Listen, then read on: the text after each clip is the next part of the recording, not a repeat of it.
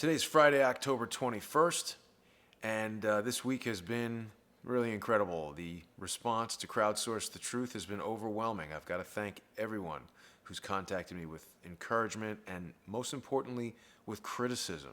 The site doesn't get any better, and the truth engine does not improve if people just agree with me. This is all about fact-checking me interactively. If I say something that sounds stupid, inconsistent, isn't based in fact, call me out. Send an email. A lot of people are asking why commenting is turned off, and I did that specifically because it starts filling up with political rhetoric, guesses, and it doesn't work. We get overwhelmed with the same kind of arguments and noise that you can see on anybody's personal Facebook page. So I encourage you to share the videos that you like, start these discussions with your friends, and if an idea comes out of that makes you think of something you want to share with me, please send an email and have evidence. You've got to have evidence or a logical conclusion that makes more sense than what I'm saying, and we can debate that. Some people don't like this method, and of course, if the overwhelming majority of people don't like the way I run this, the whole project will fail. So that's where the democracy aspect comes in. Think of it as an interactive news program where you can call bullshit at any moment. One of the most interesting aspects of the project is that episodes 4 and 5 were generated based on user feedback. Group members brought details to my attention that I had missed, and they led directly to new evidence that have made the narrative more compelling than I could have ever made it myself. So again, it's not about me telling you my opinions. It's about all of us looking at all of these things that are happening in the news and everyone thinking about it in their own way, and when someone comes up with a fact, with an inconsistency in what we're seeing, it can be shared, and I'll make a new video about it. I promise I will retract anything that we find to be wrong and produce a new video that elaborates. So look at episodes 4 and 5 to see that in action, and today's episode, 6, is coming entirely out of user comments. I have been accused of being biased, so that leads me to the topic of allegations of criminal activity against Donald Trump. So the most common ones that keep coming up in the debates, in the news media, and in the emails that I'm getting, not necessarily in the order of importance, but allegations of fraud, allegations of collusion with the enemy, specifically Russia, propaganda, and being influenced by Putin, and allegations of sexual assault. Now, each of these are complicated areas, and they're matters of the law. Luckily, there are members of the group that are lawyers, and I've consulted with them, and I hope that they will chime in and email me if I get anything wrong. Another thing that's been pointed out is that I'm not a journalist, and I'm not an investigator. But I'm also not an industrial designer, nor am I an electronics engineer. But despite that, I have designed and developed a number of 3D camera systems in my career. So I'm a firm believer that if you seek out information, you can teach yourself to do quite a lot of things, and the internet has proven to be a vast resource. It's the very resource that we're going to use right here. And I decided to start with fraud, because it's a wide-ranging topic. It's something we've heard quite a lot about, and more than one person has brought up this issue of Donald Trump's medical records being fraudulent. And I felt like that was pretty easy for me to investigate because his doctor is here in New York City, and we could just go over there and see what the deal is. I first heard about the doctor in a text from a friend who's not even part of the Truth Engine project, and then it came up again in my documentary about the Michael Moore film. Well, Trump pulled up with his limo downstairs, and the guy had 5 minutes to type up some kind of health history for him, completely made up with superlatives. I mean, it was like everything about Trump, it was some sort of fabrication. Now, I hadn't even heard about this story, so I started by looking up Donald Trump's doctor on the internet. And my initial response was, he definitely looks unconventional. But I wanted to avoid snap judgments, and I definitely wanted to avoid the news. So I went right to the letter itself. I wasn't initially sure if I was looking for Jacob Bornstein or Harold Bornstein. So I looked up both names, and the thing that I found very suspicious was that both names led to pictures of the same man. This really got me wondering, so I called the office. Hello? Hello? I'm sorry. Hi, is this Dr. Jacob Bornstein's office? No, it's not. It's To Dr. Harold Bornstein's office. Oh, I'm sorry. How can I reach Jacob Bornstein? This number came up on the internet. Yeah, this is Dr. Harold Bornstein's office. Do you have the number for Jacob Bornstein? Jacob Bornstein is not affiliated. He's not available. Thank you. Okay. Well, wait. Sorry. They definitely did not seem enthusiastic about speaking to me at all. So that made me even more suspicious, and I thought back to a video that I had seen online from Bob Woodward. Get your ass out of the chair and get over there. So I decided to get out of the chair and go up to 78th Street and see what was going on at Dr. Bornstein's office. And to be diligent, I even called again on the walk up. Doctor's office. Hi. Just listen to me, please, for 30 seconds. I want to help the doctor. I'm an investigative reporter, and I have found... We're with a patient right now. Thank you. This is very important. Please. Oh, you I didn't really know what to make of all this. A lot of people had somehow gotten the impression that this guy wasn't a real doctor, and so far, I hadn't found any evidence to the contrary. I waited outside his office for a while, but nobody came out, and it started to get late, so I figured I would just come home and post all this information, put it to the truth engine, and see what people came up with. So I took a few pictures outside the doctor's office. I thought it was pretty weird that the plaque with his name on it looked a lot less weathered than the other plaques, like maybe it had been changed recently, maybe he's trying to trick people using a different name. And I was looking at the pictures I had taken as I was walking downtown, and I saw something even more interesting. There was a tiny little sign that said, "After 4 p.m., please enter at 885 Park Avenue." It's actually pretty common in New York City that some of these high-end residential buildings have a doctor's office on the ground floor, and sometimes even the doctor lives in the building. So I went in there and I spoke to the doorman. I secretly recorded the conversation, so the audio quality is a little rough. I basically just asked him how long he had worked in the building and if Dr. Bornstein was for real. You've been practicing here I've been here 8 years. And he's definitely a doctor. Yeah. Okay.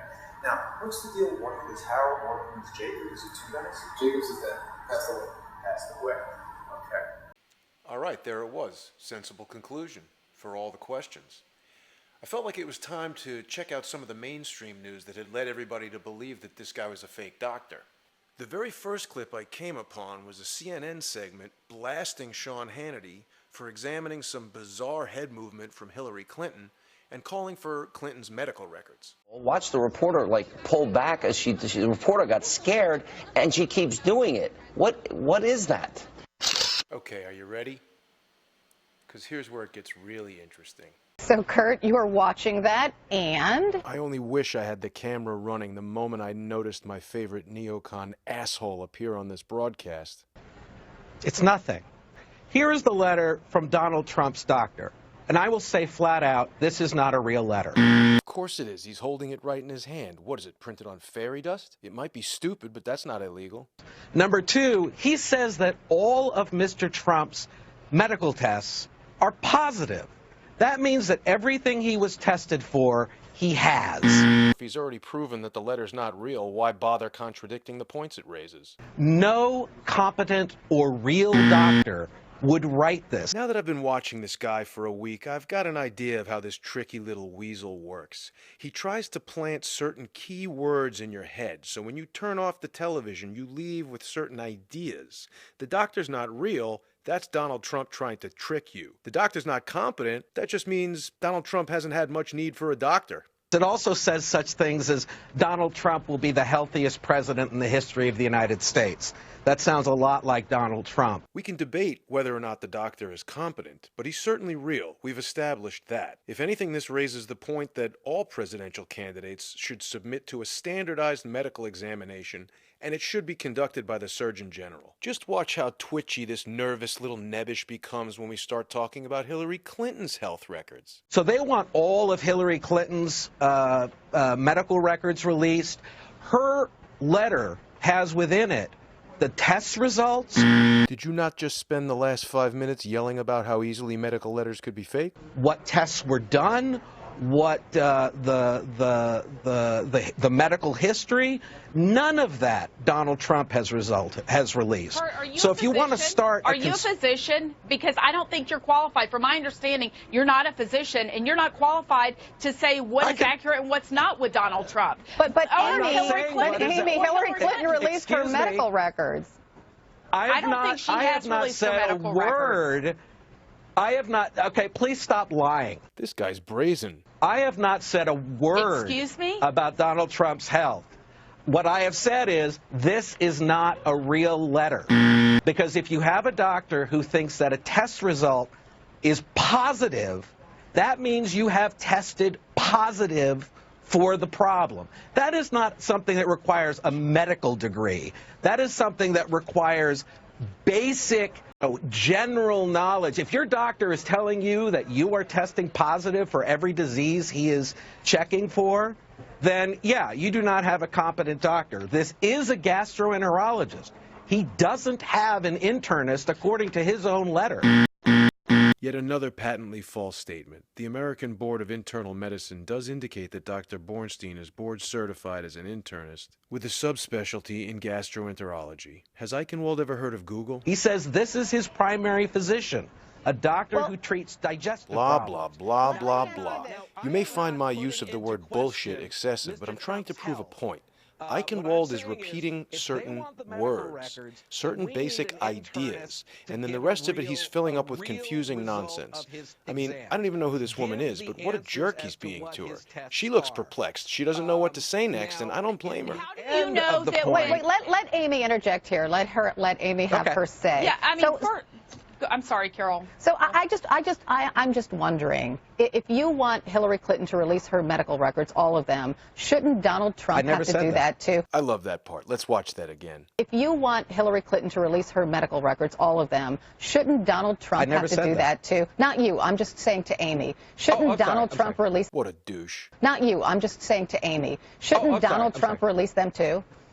I don't have a problem with with both of them. I think that we should know what our commander-in-chief, what their physical health is. Absolutely, I do. What is this woman saying that's not sensible and balanced? And why are these two beating up on her so hard? This is not about going anti-Hillary or pro-Trump. This is about pointing out collusion. This is about propaganda. You should be questioning this. But Donald Trump has not had an injury that can have long-term lasting effects. And as I stated earlier, that, even her assistant, Uma Abedin, has said she often gets confused. And we don't know in what context that email was written. And Carol, it could have been about something entirely different. But I want to say something else. I am not a conspiracy theorist, and I don't just follow blindly. I'm capable of thinking for myself. And Kurt, I would advise you maybe to get outside of the D.C. and New York media bubble and go across the heartland and listen to what the people are saying. At the beginning of August, Rasmussen did a poll, and 59% of Americans want to see her medical records. Amy, let me stop you. Just stop you.